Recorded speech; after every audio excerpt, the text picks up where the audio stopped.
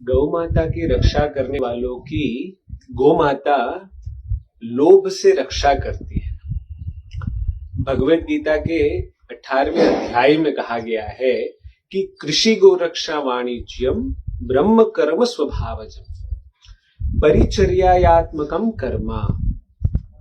अर्थात कहा गया है कि कृषि और गोरक्षा ये ब्रह्म कर्म स्वभावजम, ये वैश्यों का स्वभाव है। क्या करना? कृषि, गोरक्षा और व्यापार। तो जब ये व्यक्ति इस प्रकार के व्यवहार करते हैं और खासकर गोमाता की सेवा में रहते हैं, गोमाता जिन्होंने हमेशा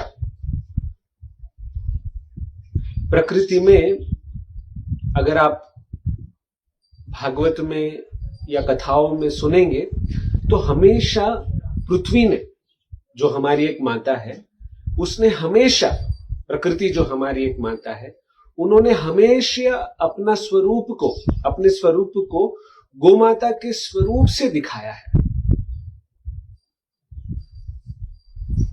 जब भी पृथ्वी मैया के ऊपर कोई बाधा आई थी तो उन्होंने हमेशा गोमाता का ही स्वरूप लिया।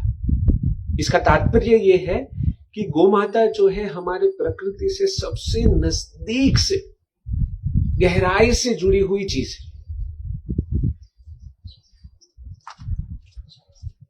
इसलिए जब हम गोमाता की नजदीक रहते हैं, गोमाता के समीप रहते हैं, गोमाता की सेवा में रहते हैं, तो हमें एक प्रकार का सुख, प्रकृति के साथ जैसे आप रहते हैं।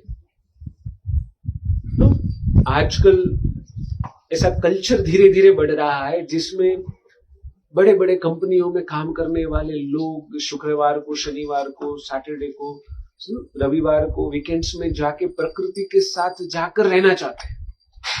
क्यों? क्योंकि कंक्रीट बिल्डिंगों के साथ रह रहे के जब उनकी चिंताएं बढ़ जाती है तो उसको दूर करने के लिए वो प्रकृति के साथ रहना चाहते हैं, ताकि उनको एक प्रकार का सुख और शांति मिले।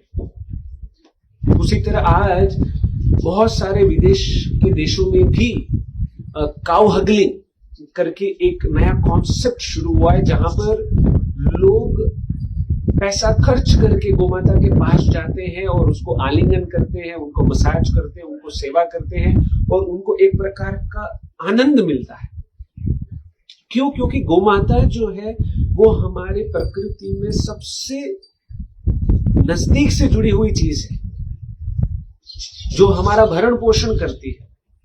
जैसे प्रकृति हमारा भरण पोषण करती है फल देकर, अनाज देकर, उसी तरह उसी का स्वरूप जो है भगवती गोमाता का जो स्वरूप है, जो हमें हमारे शरीर के लिए, हमारे पोषण के लिए दूध, इस संसार का सबसे पौष्टिक आहार जो अमृत के समान है, वो हमें प्रदान करती है और हमारा जीवन उसी के ऊपर टिका हुआ है।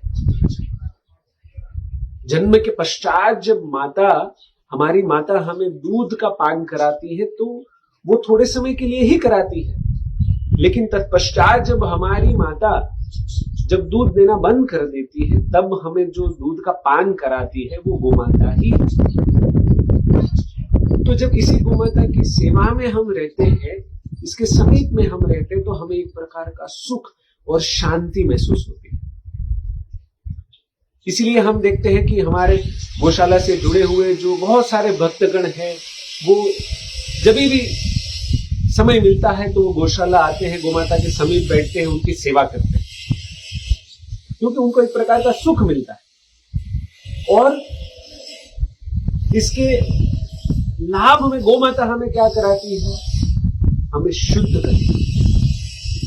क्यों? क्योंकि गोमाता की सेवा में रहने वाला व्यक्ति, उसके मन में ऐसा भाव जागृत होता है कि चाहे भले ही गोमाता एक समय बूढ़ी हो जाए या दूध देना बंद कर दे, लेकिन फिर भी मैं उसकी सेवा नहीं छोड़ूंगा। आमतौर पर दूसरे व्यापारों में क्या होता है, जब आपको लाभ मिलना बंद हो जाता है, hypothetical case, you may be doing any business, As soon as that business stops giving you, जब आपको कोई ऐसा आसार ही ना लगे कि इस व्यापार में से मुझे कुछ लाभ मिलने वाला है, तो आप क्या करते हैं, उस व्यापार को बंद कर देते हैं, क्योंकि उसमें आपका लाभ नहीं है। लोभ से हम लोग लाभ का प्रयास करते हैं, तो जब पता चल जाता है कि उसमें से कोई लाभ नहीं है, तो उस चीज से हमारा लोभ उठ जाता है और दूसरी चीज में चला जाता है जहां हमको लाभ मिलेगा। लेकिन गौ माता की सेवा करने वाले भक्त क्या करते हैं, चाहे भले ही गौ माता लाभ देना बंद कर दे व्यावहारिक रूप से। एक्चुअली हमें लगता है कि गौ माता हमें लाभ देना बंद कर देती है, हालांकि वो कभी भी सत्य नहीं है, क्योंकि गौ माता जहां खड़ी रहती है वही लाभदायी है। लेकिन फिर भी गौ माता की सेवा करने वाले भक्तों का जो स्वभाव होता है, गौ माता उनको शुद्ध कर देती है, ताकि भले ही गौ माता दूध देना बंद कर दे, व्यावहारिक रूप से भले ही हमको कोई लाभ ना मिल रहा हो, लेकिन फिर भी वो भक्त जो है उसके पीछे नहीं भागता है, माता के स्वरूप में उनकी सेवा करता है, क्योंकि उसका हृदय गौ माता की सेवा करने से परिवर्तित हो जाता है। इसीलिए गौ माता की रक्षा करने वालों की गौ माता लोभ से रक्षा करती है, क्योंकि इस प्रकार के भक्तों के हृदय में कोई व्यापार का लाभ नहीं रह जाता, वो हमेशा उनकी सेवा करना चाहते हैं। हरे कृष्ण।